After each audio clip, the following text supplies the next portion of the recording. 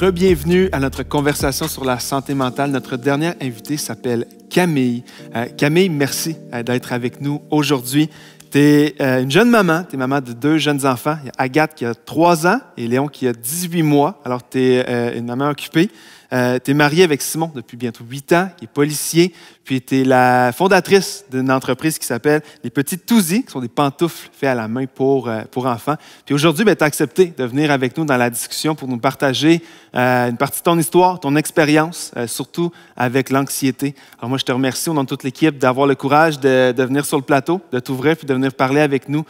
Plusieurs personnes qui nous écoutent à la maison vivent des choses similaires. Souvent, on ne sait pas par où commencer. Souvent, on a l'impression qu'on est seul à vivre ces choses-là. Fait que merci d'avoir le courage de venir avec nous discuter d'anxiété. Tu es une jeune maman avec 2 enfants. Tu as été diagnostiquée avec un TAG, qui est le trouble d'anxiété généralisée. Pourrais-tu nous expliquer un petit peu plus en détail qu'est-ce qu'un TAG et comment l'anxiété a affecté ton quotidien, par exemple? Oui, absolument. Un TAG, dans le fond, tu l'as dit, c'est un trouble anxieux généralisé. Dans le fond, je pense que beaucoup de gens vivent de l'anxiété et du stress au quotidien, mais quand ça devient extrême, quand ça devient continu, quand c'est surtout tout le temps, là, on parle d'anxiété généralisée. Moi, j'ai eu mon diagnostic, dans le fond, en 2014, suite à un accident de voiture. J'arrivais plus à fonctionner du tout. J'arrivais plus à travailler, j'arrivais plus à faire quoi que ce soit, même juste un repas. Donc, je suis allée voir mon médecin et elle me dit que j'avais un trouble anxieux généralisé décompensé par un choc post-traumatique. Et c'est là que j'ai comme réalisé que je faisais de l'anxiété. Pourtant, j'en fais depuis que je suis tout petite, là, probablement depuis que j'ai l'âge de ma fille. Ce que ça l'affecte dans ma vie, dans le fond, ça l'affecte absolument tout. C'est pas compliqué. Ça l'affecte mes relations, mes amitiés, ça l'affecte ma vie professionnelle énormément. Ça l'affecte mon couple, ça l'affecte tous les petits aspects de ma vie que ça l'affecterait pas quelqu'un d'autre là, qui vivrait de l'anxiété, par exemple, spontanée ou par-ci, par-là. Je sais que dans ton parcours d'anxiété puis de ta vie, tu as frappé un mur. Lorsqu'on se parlait avant l'enregistrement, il y a un mur que toi, tu as frappé, qui était pendant ta 2e grossesse. Oui. Tu peux-tu nous dire c'est quoi ça? Qu'est-ce que, lorsqu'on parle de frapper un mur, il y a quelque chose, il y a comme un avant et un après là, dans ta vie, suite à ton diagnostic, mais tu as frappé un mur à ta 2e grossesse qui était assez récente. Oui, en 2019. Qu'est-ce qui s'est passé? Dans le fond, si, pour mettre en contexte un petit peu, avant de tomber enceinte de ma fille Agathe, j'ai vécu 2 ans et demi d'infertilité. Donc, 2 ans et demi de ne pas savoir qu'est-ce qui se passe, essayer de tomber enceinte, passer par un processus avec mon médecin et tout ça, jusqu'à ce que je me rende compte, en voyant un ostéopathe, que tout ça était dû à l'anxiété. Merci beaucoup. Qu'un simple traitement d'ostéopathie a réglé la chose et 3 mois plus tard, j'étais enceinte. Gloire à Dieu. Ça a été une période très, très difficile dans ma vie. Très demandante. C'est vraiment... beaucoup de gens vivent ça puis souffrent en silence, je dirais. Autant au niveau du deuil périnatal que de l'infertilité. Ma 2e grossesse, on s'est pris d'avance. On s'est dit, garde, ça va peut-être prendre du temps aussi. Donc, on va essayer, même si on est un petit peu plus tôt qu'on pensait. Puis finalement, en 1 semaine, j'étais enceinte. Ça a été vraiment, vraiment vite. Et j'ai appris que j'étais enceinte le lendemain que j'ai appris que j'avais un nouveau travail, qui était un travail, un gros step. Là. J'étais coordonnatrice pour une fondation, un OBNL. Donc, ça prenait quand même beaucoup d'énergie. Donc, j'ai dû commencer ce travail-là dans mon 1er trimestre. En même temps, on a décidé de rénover le sous-sol de la maison parce qu'on avait un 2e bébé qui s'en venait. Ma petite avait 10 mois quand j'ai appris que j'étais enceinte. Donc, les enfants, ils ont 19 mois de différence seulement. Bref, il y avait beaucoup de choses qui se sont mises en même temps. Et bien là, un moment donné, j'avais de la misère à tout contrôler. Ce que j'ai appris avec mon anxiété, c'est que souvent, avec une chose ou 2, j'étais très capable, tu sais, 1 ou 2 grosses responsabilités, j'étais très capable de garder tout sous contrôle. Par exemple, quand j'étais à l'université, bon, j'avais seulement mes cours, mon petit travail à temps partiel et ma vie, moi, mon petit moi à m'occuper. C'était assez simple de contrôler mon anxiété dans un cas comme ça, bien sûr dans mon cas à moi. Ensuite, bon là, j'ai rencontré mon conjoint, il est policier, il travaille sur les shifts. Ça a été une nouvelle chose à dealer avec notre relation de couple, avec lui qui travaillait jour, soir, nuit.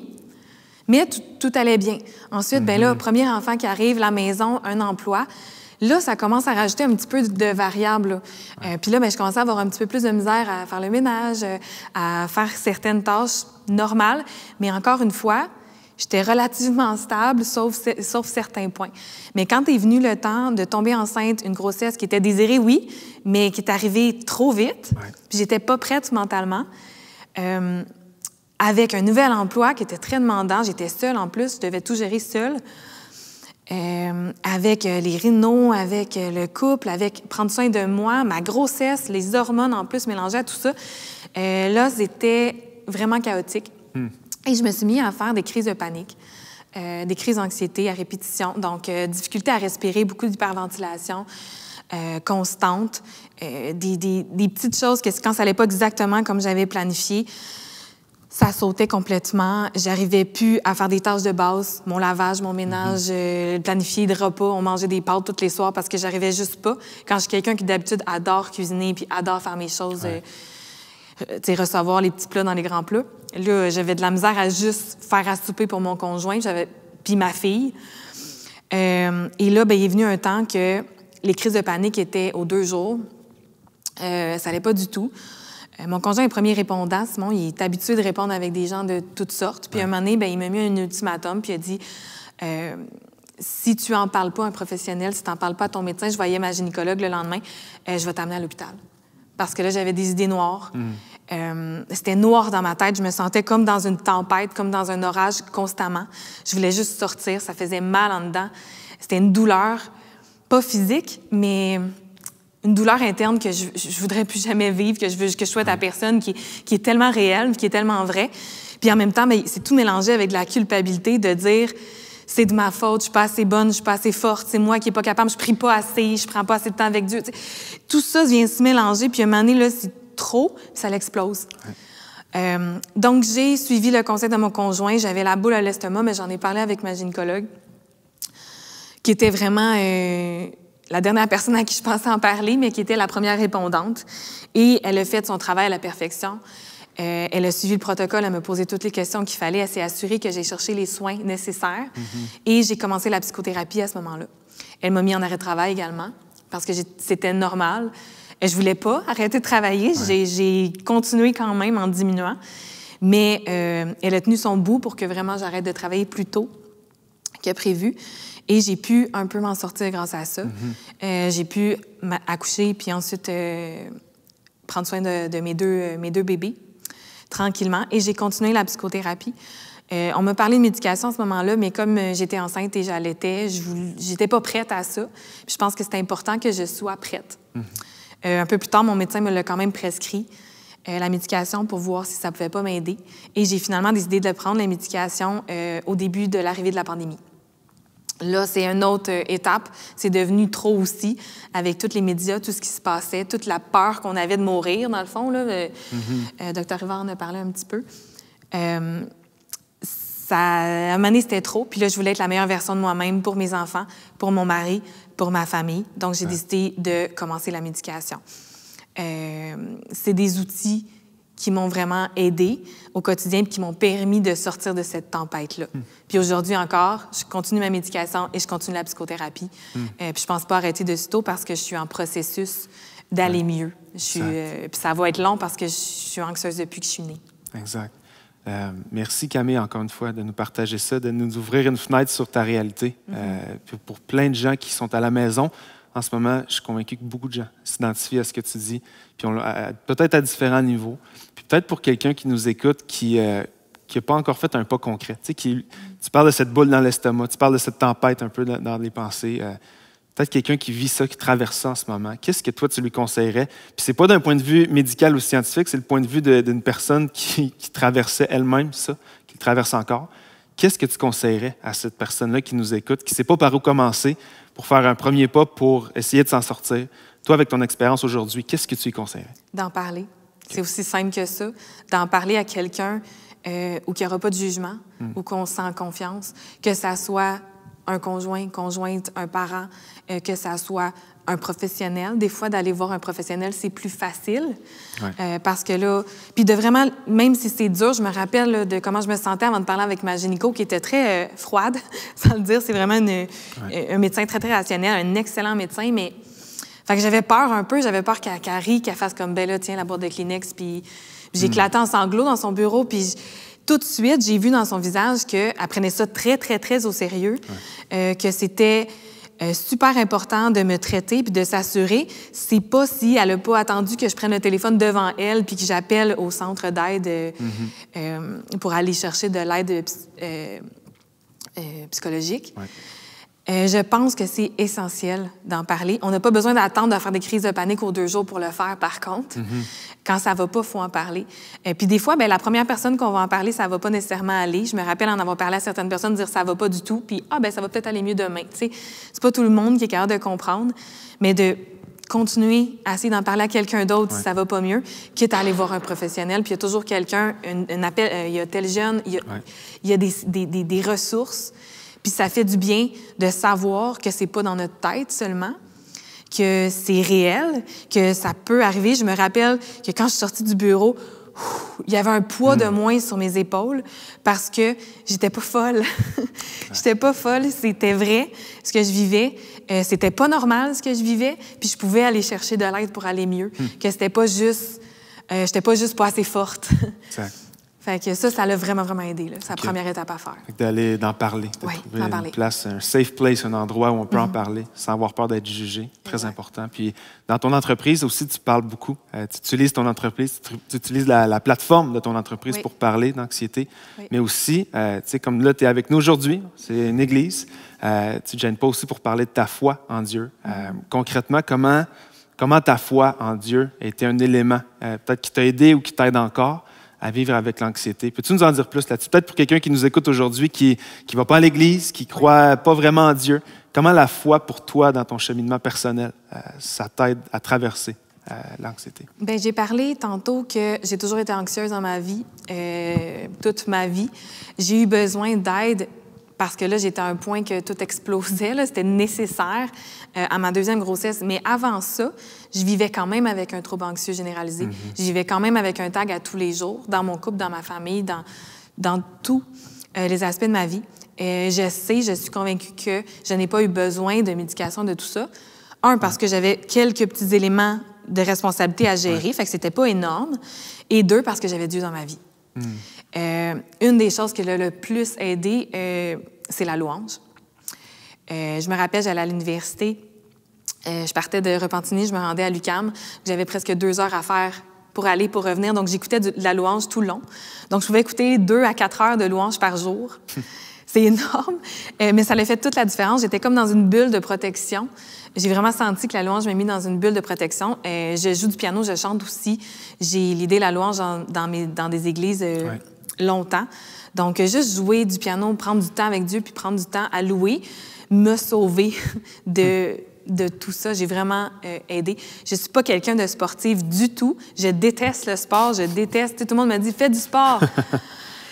C'est la dernière chose que j'ai le goût de faire. Et je n'en fais toujours pas. Il faut que je trouve une façon, là, mais je n'en fais pas. Par contre, la louange, la musique, moi, c'était la façon que j'allais chercher ce que j'avais besoin. J'écris aussi beaucoup dans un journal, temps de dévotion avec Dieu. Ça me permettait de mettre des mots sur mes émotions, de mettre des mots sur comment je ressentais. Puis ça, c'est des choses qui m'ont vraiment aidée à passer à travers mon anxiété, même encore aujourd'hui. Par contre, quand que les autres responsabilités se sont ajoutées à ça, là, ça a rendu difficile. C'est comme si Dieu, il est là, oui, mais c'est une autre affaire parmi tant d'autres. Puis là, c'est difficile de dire, ah oui, c'est vrai, je peux plus écouter 4 heures de louange par jour, ou bien je peux plus prendre du temps pour écrire dans mon journal. Je devrais le prendre, mais il y en a tellement dans ma tête que c'est difficile de le faire. Donc, en allant prendre la médication puis tout ça, ça me permet de refocusser sur Dieu, puis de redire, ah oui, c'est vrai, Dieu est là. Maintenant que les autres choses sont sous contrôle, grâce à la psychothérapie puis grâce à la médication, ben Dieu peut reprendre le contrôle puis Dieu peut revenir dans ma... Ben pas qu'il n'était pas là, il n'a jamais été parti, là. Mais je peux avoir ces trucs-là qui vont m'aider à maintenant avancer, pas juste traiter. C'est super bon ce que tu dis, Camille. Puis tu parles que Dieu peut reprendre le contrôle. Puis souvent, on fait le lien là, avec notre désir de contrôler nos vies et l'anxiété, par exemple. Lorsqu'on traverse une saison d'anxiété, par exemple. Le réflexe humain va être de vouloir contrôler tous les détails, tous les aspects, parce que souvent, le contrôle nous donne une genre de fausse sécurité. Je suis au contrôle, ça va. Donc, souvent, le lien avec l'anxiété et le contrôle, il se fait direct. Toi, dans ton histoire, au contraire, tu racontes que c'est lorsque tu as, en fait, relâché les aspects de ta vie que tu n'avais pas le contrôle dessus. C'est lorsque tu as relâché à Dieu ces choses-là que tu as trouvé une paix. Donc, c'était pas plus tu contrôlais, plus tu avais la paix. Au contraire, c'est lorsque les choses qui dans ta vie, tu ne contrôlais pas, tu les as relâchées à Dieu. Oui. C'est là que tu as expérimenté une paix qui était nouvelle pour toi. Absolument. Si je peux donner un exemple au niveau du contrôle, il y a quelques années, j'étais organisatrice de mariage. Et bon, plusieurs vont dire que c'est un métier qui est assez anxiogène. Et moi, dans le fond, j'y arrivais, dans le fond, en faisant des plans B, C, D, E, Z pour chaque aspect. Donc, chaque imprévu qui pouvait survenir, j'avais une solution possible. Donc, vous pouvez comprendre que je n'étais pas de travailler à temps plein parce que ça me demandait énormément de jus. Ouais. Mais c'était comme ça que je réussissais à avoir le contrôle. J'avais le contrôle sur tous les imprévus possibles, fait que j'étais complètement calme, tout allait bien. C'est ça un peu l'anxiété, ce que ça fait au niveau du contrôle. Maintenant, il y a certaines choses que quand on essaie de contrôler trop, ça fonctionne juste pas, ça stagne, ça marche juste pas. Il y a tellement de choses dans ma vie que j'ai prié, j'ai attendu, ça marchait pas, ça avançait pas. Je finissais par toujours faire les choses plates parce que les choses qui me stimulaient me demandaient trop. Moi, je fais beaucoup d'anxiété de performance aussi. Je veux être 150% dans tout. Ouais. Donc, c'était vraiment difficile pour moi d'aller dans quelque chose que j'avais vraiment le goût parce que j'avais peur d'échouer constamment. Ouais. Mais les fois que j'ai vraiment été plus loin, c'est vraiment quand j'ai réussi à donner le contrôle à Dieu, comme tu disais tantôt. Je peux donner des exemples. Ouais. Une des premières choses, c'est quand que j'avais 23-24 ans, puis je cherchais mon mari. Puis là, je voulais donc, la jeune femme qui voulait trouver son mari. Puis, tu sais. Puis je me rappelle d'un jour que, après des années de pleurage et de j'espère, puis de prier, puis j'ai vraiment laissé à Dieu cet aspect-là. Demandez-moi pas comment j'ai fait, je le sais pas, mais je le sais, je me rappelle du moment que j'ai vraiment dit, Seigneur, c'est toi qui es en contrôle de ça, puis moi, je n'aurai jamais le contrôle. Mais la semaine suivante, j'allais à ma première date avec Simon, qui est maintenant mon mari, que jamais j'aurais pensé un meilleur homme pour moi. Il y a d'autres choses aussi, entre autres, je pense à quand j'ai accouché de Léon. Ça, c'était vraiment exceptionnel. J'étais tellement anxieuse que mon corps faisait pas le travail que je devais faire. Donc, je stagnais dans mon travail, puis les infirmières étaient comme si ton col, il progresse pas, on va devoir te ramener à la maison. J'étais là, tu sais, moi, j'ai chauffe, là, j'ai des contractions. Puis je le sais que l'anxiété fait que je suis tellement tendue que mon corps, il se détend pas assez, puis mon travail progresse pas. Fait que j'ai juste prié à Dieu, puis j'ai dit, Seigneur, prends le contrôle parce que j'y arriverai pas. Je ne peux pas faire quoi que ce soit pour faire avancer mon travail parce que inconsciemment, je vais contre moi-même, tu sais. Ouais. Puis une seconde plus tard, mes os ont crevé, puis j'ai accouché 3 heures plus tard. J'ai des exemples comme ça, j'en ai tout plein.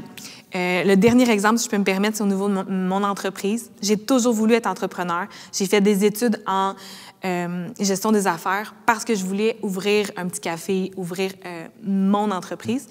Pendant des années, j'ai voulu le faire, puis je ne l'ai pas fait parce que c'était jamais assez parfait.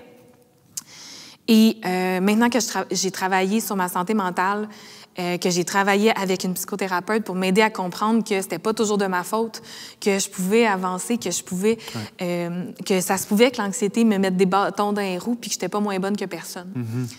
Ben j'ai aussi pris ce projet-là d'entreprise, puis je l'ai donné à Dieu. J'ai dit, Seigneur, si c'est ta volonté que ça fonctionne, ben ouvre les portes. Puis c'est quelque chose qui m'amenait beaucoup d'anxiété parce que je voulais que ça soit parfait. C'est comme impossible. Tous les entrepreneurs de ce monde vont dire que c'est complètement impossible, puis qu'on fait toutes des erreurs, puis on se relève. Et Dieu a mis des personnes sur ma route, et mon entreprise a été lancée aujourd'hui, il y a exactement 1 an.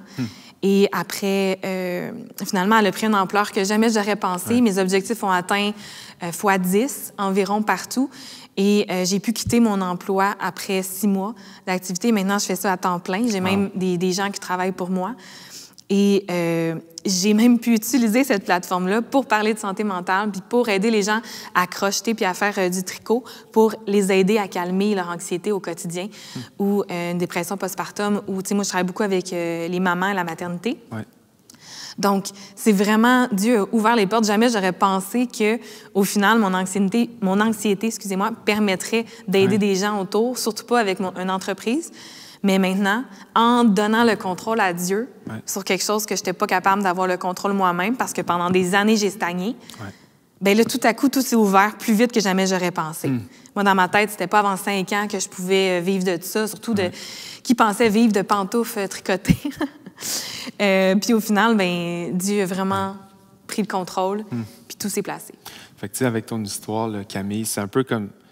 Tu as pris responsabilité pour ce que tu pouvais contrôler dans ta vie. Ouais. Tu parles, tu as parlé, tu es allé en psychothérapie, la médication, tu t'es entouré, tu as fait ce que tu pouvais faire pour aller mieux. Puis de l'autre côté, la foi, ben, Dieu t'a donné une paix à travers certaines situations. Tu sais, que ce soit quand tu cherchais ton mari ou le lancement de ton entreprise, c'est comme si Dieu est venu te donner la paix que tu avais besoin. Par-dessus tout le reste, ce n'est pas un ou l'autre, mais c'était vraiment... Tu as pris tes responsabilités que tu pouvais contrôler, mais tu as donné le contrôle à Dieu dans les autres aspects de ta vie. Puis c'est comme ça que tu avances. C'est comme ça que, jusqu'à aujourd'hui, ton entreprise, aujourd'hui même, fête ses 1 an. Félicitations. Aujourd'hui même, merci. Puis moi, Camille, je te remercie. Je te remercie énormément d'avoir eu le courage de venir nous parler, de venir nous raconter ton histoire. Je suis persuadé qu'il y a plein de gens qui nous écoutent à la maison qui s'identifient avec ton histoire. Puis je suis convaincu qu'il y a des gens qui vont prendre des pas concrets pour s'en sortir, pour aller mieux, basé sur ton histoire. Moi, je veux vous remercier. Je veux remercier les 3 d'avoir pris le temps d'être avec nous aujourd'hui, pour votre expertise, de nous avoir éduqués sur le cerveau, sur le côté médical aussi. Puis Camille, pour ton histoire, je suis convaincu qu'il y a plein de gens à la maison ont été encouragés. Merci. Merci vraiment.